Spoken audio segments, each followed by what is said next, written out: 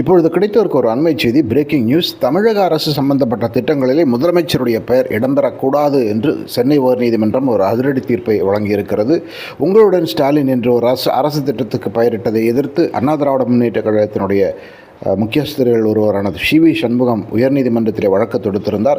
ஒரு அரசு திட்டத்திற்கு எப்படி முதலமைச்சருடைய பெயர் வைக்கப்படுகிறது என்று அவர் கேட்டிருந்தார். அதற்கு பதிலளித்து வழங்கியிருக்கும் தீர்ப்பிலே சென்னை உயர்நீதிமன்றம் அரசு திட்டங்களிலே அரசியல் தலைவர்களுடைய பெயர்கள் இடம்பெறக்கூடாது என்று தீர்ப்பு வழங்கியிருக்கிறது. திமுகவிற்கு இது பெரிய பின்னடைவு என்பதில் எந்த சந்தேகமில்லை. குறிப்பாக வருகின்ற தேர்தலை மனதிலே வைத்துக்கொண்டு உங்களுடன் ஸ்டாலின் என்ற திட்டம் பெரிய அளவில் நிறைவேற்றப்பட முயற்சிப்பதாக பலரும் சொல்லுகிறார்கள். இதை எதிர்த்து உறுதியாக திராவிட முன்னேற்ற கழகம் சுப்ரீம் கோர்ட் உச்சநீதிமன்றத்திற்கு செல்லும் என்று பலரும் சொல்லுகிறார்கள்.